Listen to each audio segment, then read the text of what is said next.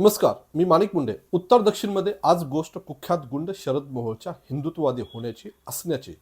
शरद मोहोळची हत्या होऊन आता आठवडा उलटतोय. त्याचे मारेकरीही पकडले गेलेत. कोर्ट कचेरी कायदेशीर कारवाईचं काम सुरू आहे. दुसरीकडे त्याच्या हत्येला हिंदुत्वाचा मुलामा चढवण्याचं कामही जोरात सुरू आहे. भाजपचे नेते आमदार नितेश राणे यांनी 3-1 दिवसांपूर्वी स्वाती मोहोळ यांची पुण्यात घरी जाऊन भेट घेतली. स्वाती मोहोळ ह्या शरद मोहोळच्या पत्नी आहेत.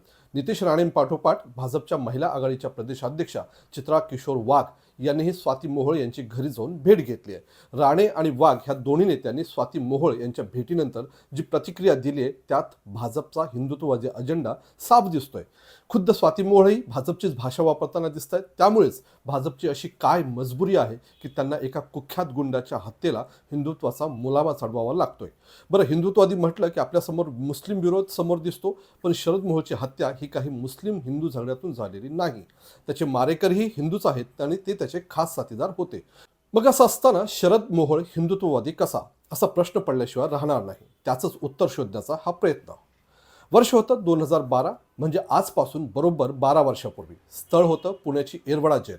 वार होता शुक्रवार, जुम्मे की नमाज. इंडियन मुजाहिदीनचा संशयित दहशतवादी मोहम्मद कातिल सिद्दीकीची येरवड्याच्या तुरुंगात गळ्या दाबून हत्या करण्यात आली. चड्डीच्या नाड्यानं त्याचा गळा आवळल्याचं उघड झालं. सिद्दीकी हा पुण्यातल्या जर्मन बेकरी स्फोटातला आरोपी होता. सिद्दीकी मूळचा बिहारचा. त्याला 2 आठवड्यापूर्वीच येरवड्यात आणलेलं होतं. त्या दिवशी त्याची कोर्टात पेशी होती, म्हणून अंडा सेलमधून त्याला काही वेळासाठी बाहेर हुकाळलेलं होतं.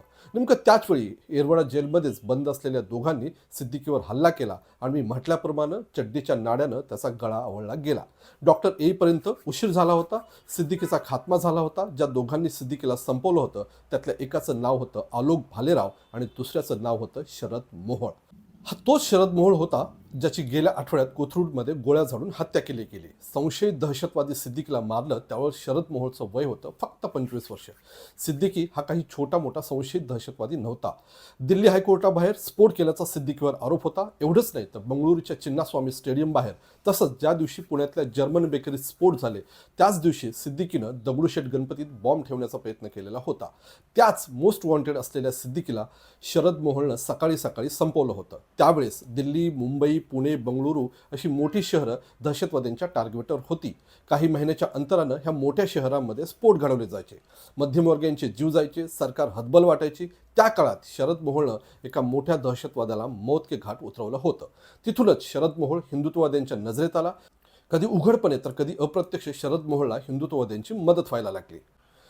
नंतर शरद मोहोळ तुरुंगातून सुटला. सिद्दीकीच्या हत्येप्रकरणी त्याला निर्दोष सोडलं गेलं. पुणे, पिंपरी चिंचवड ग्रामीण भाग, मुळशी ह्या भागात मारणे आणि मोहोळ ह्या 2 गँग कार्यरत होत्याच. कधी मोहोळ गँगनं मारणे गँगच्या एखाद्याचा काटा काढला तर कधी मारणे गँगनं मोहोळ गँगच्या सदस्यांचा. ह्या गँगवॉरच्या मुळाशी आहे ती सोन्याचा भाव आलेली जमीन आणि तिचे व्यवहार. शरद मोहोळच्या हत्येनं ते चक्र संपलंय असं नाही, तर ते पुढे गेलंय असं दिसतंय. ह्याच काळात कधी राजकारण्यांना शरद मोहोळची गरज वाटली नसेल तरच नवल. त्यातही कोथरूड हा भाजपचा बालेकिल्ला राहिला. इथूनच भाजपचे चंद्रकांत पाटील आमदार आहेत. कोथरूड विधानसभा मतदारसंघातच बाणेर, औंध, बालेवाडी अशा भागांचा समावेश आहे, जो विकसित होणारा भाग आहे. ह्याच भागात टोळ्यांच्या वर्चस्वाची लढाईही पाहायला मिळते. लक्षात असू द्या, शरद मोहोळवर गोळ्या झाडल्या गेल्या त्या कोथरूडमध्येच. 2019ला शरद मोहोळची तुरुंगातून सुटका झाली. त्याला आता राजकारण खुणावत होतं. स्वरथ फाउंडेशनची स्थापना केली गेली. शरद मोहोळची पत्नी स्वाती मोहोळ त्याचे अध्यक्ष झाली.